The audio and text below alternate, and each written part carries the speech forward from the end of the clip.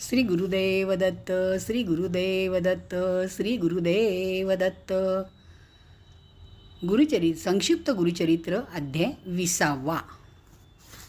शिरोळ गावामध्ये गंगाधर नावाचा एक ब्राह्मण राहत होता. त्याच्या पत्नीच्या पाठीमागे एक पिशाच्च लागले होते.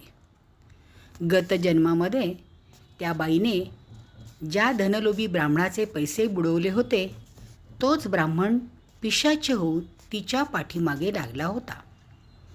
तेव्हा त्या ब्राह्मण पत्नीने इतर ब्राह्मणाच्या सल्ल्याने 3 दिवस यथाविधी औदुंबराला प्रदक्षिणा मारून श्री गुरुपादुकांची पूजा केली. त्याच रात्री ते पिशाच्च स्वप्नात तिला मारण्यासाठी आले. भयचकित ते वनिता औदुंबरा आड रिघता, तव देखिले श्री गुरुनाथा तया पाठी रिघाली.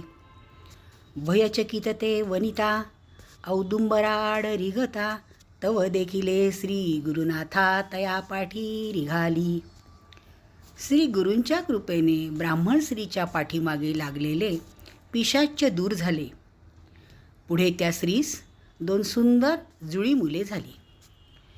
3 वर्षाने त्यातील एक मूल धनुर्वाताने मृत झाले. तेव्हा ती स्त्री अतिशय दुःखाने मोठमोठ्याने आक्रोश करू लागली. त्यावेळेस श्री गुरु ब्रह्मचारीचा वेश घेऊन तिच्याजवळ आले.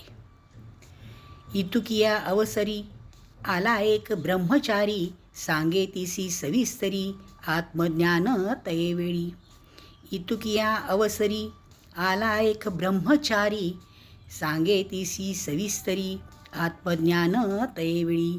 गुरुदेव दत्त, गुरुदेव दत्त, गुरुदेव दत्त.